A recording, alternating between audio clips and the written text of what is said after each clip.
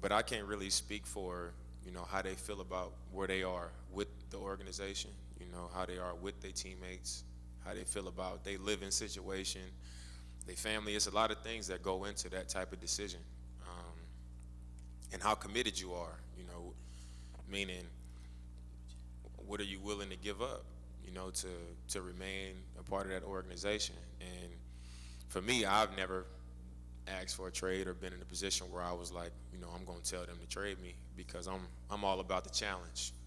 But it's also that other side that I just mentioned where, my family is happy here. I'm happy with my situation here. So if a situation ever were to come up where something happened where I, felt disrespected or felt like I wasn't valued or they felt like it was time for me to move on, then that would be the time. But, I don't feel that way. Hey, Dame, back here, to your left, over here. Hello. Two-part question. Is there a player from last season that has maybe taken a leap since last year? Who would that be? And two, did you get CJ an engagement present? No, I didn't get him an engagement present. A little added pressure from, he just put a little more pressure on me. But,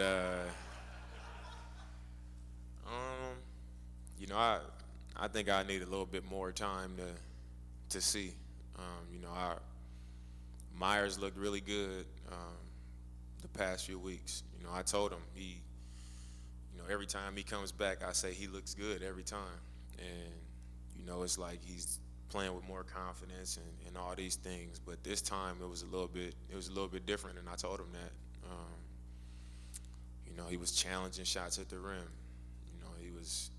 He wasn't the loud Myers, drawing attention to himself. He was just kind of just doing his job, playing hard, making shots. But he just had a different look about him and different energy with him. So, I was just impressed with what I saw from him last week. Dame, you talked about teams in the West having multiple stars right here. You guys open with the Lakers, and I'm just curious what you think about the Lakers and LeBron and how much better he's going to make them. I mean, he's going to make them a lot better.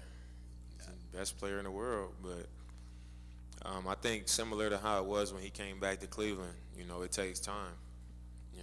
He's joining young players. It's some vets. I think Rondo would really help, one of the smartest players in the league. Lance Stevenson, really experienced, been on some good teams. But then you got LeBron. So, I think they'll be good just because of those things. But it's anytime you bring guys in and they join in a young team, a new team, I think it just takes time to gel. Be on the floor together, learn each other, learn how to win together. It takes time. So I think it's good that we get them early.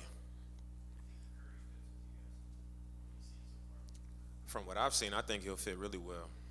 I think he's a shot maker, and the way he plays is he can play really well off the ball or handling the ball. So having him as a threat that way, he'll be really good in that second unit.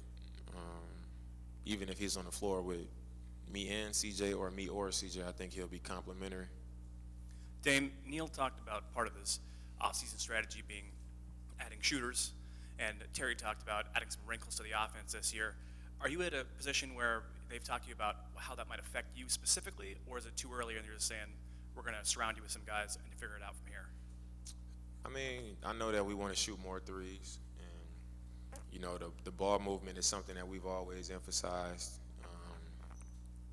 I feel like since I've been here, we've always had a lineup where we can shoot the ball. But I think this year it seems like that'll be more of an emphasis, having shooters out there, spreading the floor out, getting in the paint, making plays for each other, and making shots. I don't think it'll really impact me. I think my job would be the same. Got time for two more questions. Hey, Dame. The NBA recently reportedly lifted footwear color restrictions to sneakers. How are you going to take advantage of that usually? Wear whatever shoe I want. I mean, usually I get a little uncomfortable when the color's a little too far off from matching my uniform at least. It just look funny to me, but also in marketing, and when you're trying to in the shoe business, you gotta do that, especially when the NBA is giving you the opportunity to. So I'm pretty sure I'll be wearing a lot of different colors. Dame, can you go into a little bit more detail of how you felt after the playoff loss and how you kind of processed it throughout the summer? I was really disappointed. Anytime something goes wrong or something doesn't go as planned, or we fail, or people talking down on us or talking bad about us, I take it personal. But for our team, I take it personal. But then at the end of the day, I always go home and I look at myself and I say, well, Dame, you could have did this, or Dame, you could have did that, or you should have did this, you should have did that, you look bad doing this. I get really down on myself, not down in a way of like sad and feeling bad for myself, but it's just like I know I'm better than that. So I think I do a really good job of placing my energy in the right places. So I always look back and say, I made another All-Star game. I was first team All-NBA. That means I was one of the 5 best players last season, and a lot went into that.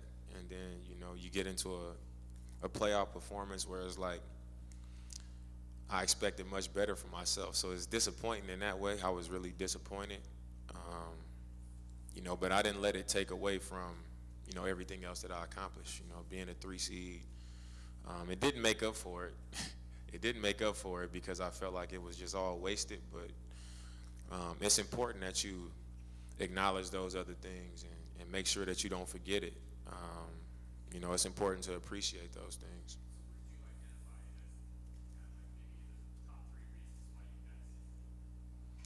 I think one, they had a really good game plan.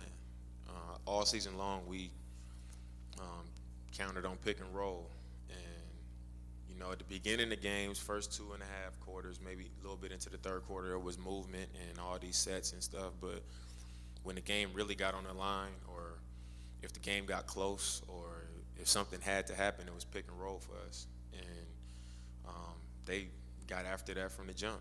They were trapping.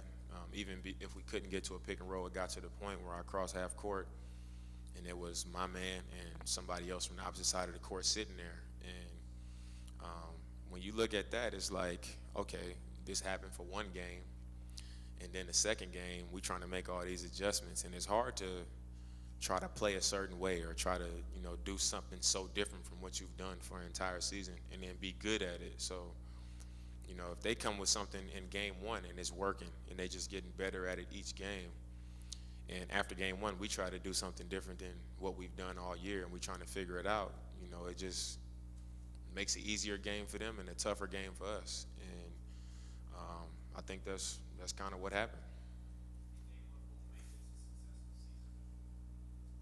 This is the last question. I'm not sure. I think for one, it's just, like I said, more of what we've done. Give ourselves a chance in the postseason again. And I think if you do that in the Western Conference, that can be considered successful, because it would be easy to miss the playoffs, the way it's going in the West right now. Okay, thanks, Damian.